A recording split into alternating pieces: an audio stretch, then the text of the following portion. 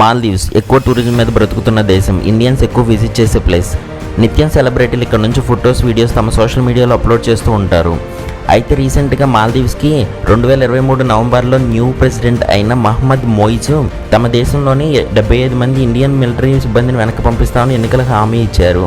ఆయన చైనాకు ఆయన అధ్యక్ష పదవి చేపట్టిన తర్వాత చైనాకు అనుకూలంగా నిర్ణయాలు తీసుకోవడం మొదలుపెట్టారు. వీటన్నిటిని గమనించిన మోదీ న్యూ ఇయర్ రోజున మాల్దీవ్స్కి అనుకోని షాక్ ఇచ్చారు. జనవరి 3-4 తేదీన మోదీ లక్షద్వీప్కి కావాలనే వెళ్ళి అక్కడ ఫొటోస్ని తన సోషల్ మీడియాలో దేశ ప్రజలతో పంచుకున్నారు. డైరెక్ట్గా ఇండైరెక్ట్గా ది బెస్ట్ టూరిజం ప్లేస్ ఇండియాలోనే ఉందని చెప్పకనే చెప్పారు.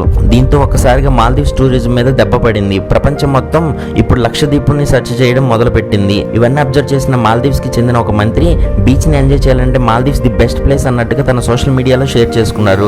అది మోదీకి ఇండైరెక్ట్గా కౌంటర్ అయింది. ఇక అప్పటి నుంచి ఇండియన్స్ మొత్తం బాయ్కాట్ మాల్దీవ్స్ అనే హ్యాష్ ట్యాగ్ని సోషల్